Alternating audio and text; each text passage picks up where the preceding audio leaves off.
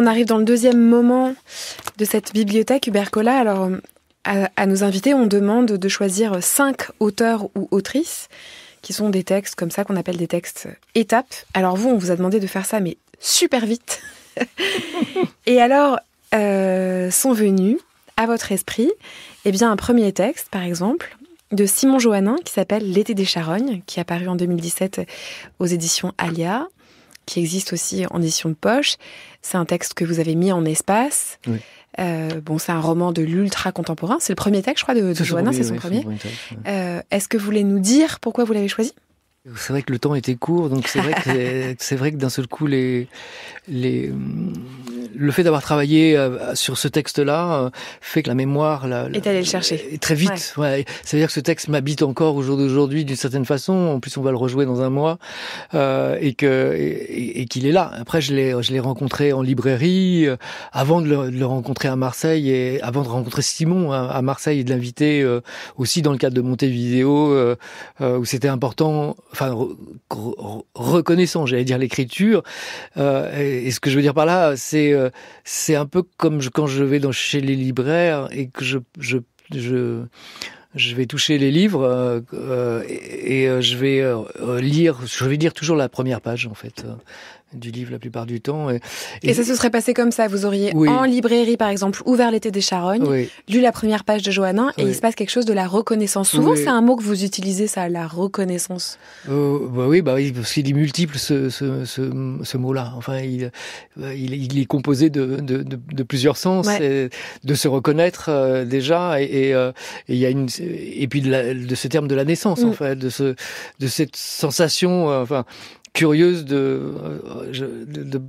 j'ai envie de dire de pas être né, mais ou alors de ne pas être accompli peut-être. Et du coup, à l'intérieur de ces écritures-là que je choisis, la plupart du temps quand je les approche, j'entends une voix en fait, tout simplement. Enfin, j'ai la sensation d'entendre le corps de la personne qui l'a écrit.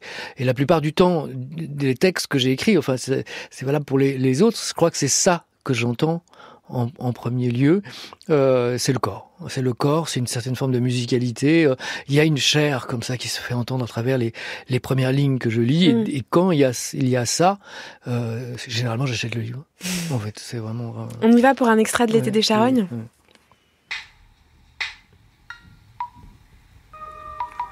On avait encore quelques étés pour que les visages soient rouges, pour que le sang nous frappe, les tempes et fassent battre en nous le temps qu'il nous reste. On avait encore de quoi vivre un peu. C'était comme quelques carcasses qui nous tournaient autour, avec chacune ses petites mouches et leurs baluchons de tristesse.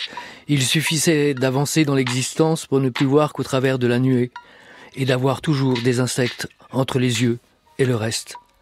À chacun sa charogne. La mienne s'appellera Lou.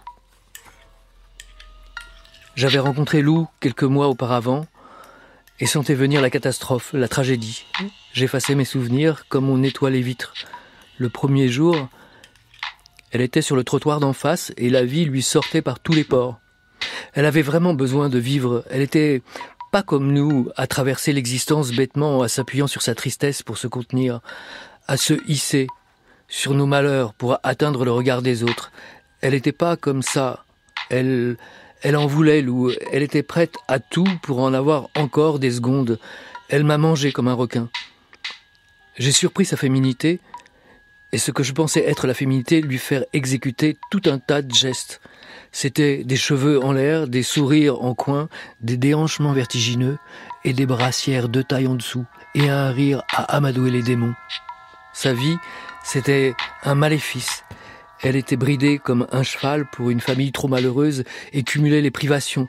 Tout ce qui aurait pu la définir se retrouvait interdit.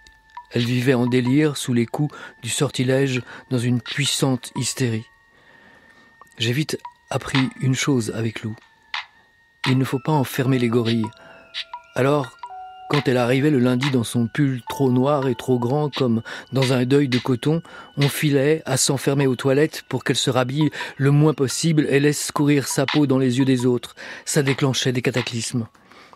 On va s'arrêter là parce qu'on pourrait continuer parce que c'est le début de la deuxième partie en fait. Donc les choix que j'ai pu faire, les choix que j'ai pu faire des livres, c'est les démarrages de parties.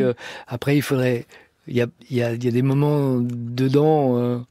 Dans le texte de Simon Johannin qui sont éblouissants de la rencontre de tout jeune homme qui avait 8 ans et il en écrit justement petit à petit sa connaissance du monde, comment il s'épanouit d'une famille qui est très, on va dire, carnassière, enfermée dans un peu de culture, et pour sortir de plus en plus de lui-même et comprendre ce que son corps entend, et notamment ce qu'il entend à travers Lou.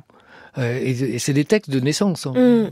Ouais, c'est vrai. En fait, la plupart du temps, celui-ci, et comme beaucoup d'autres, c'est des textes de naissance, peut-être des fois de maturité, qu'on pu exister, ou alors. Mais comme de compréhension, ce serait ça ? Oui, je pense, oui, de quelque chose qui décèle à travers les émotions une compréhension que l'esprit n'a pas encore obtenue. En fait, je dirais ça comme ça.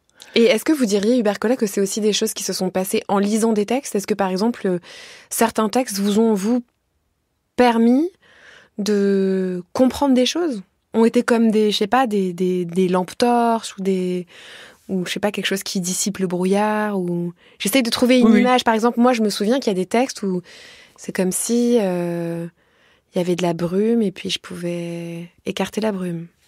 Oui, je pense que c'est des textes qui me disent que le désir est possible.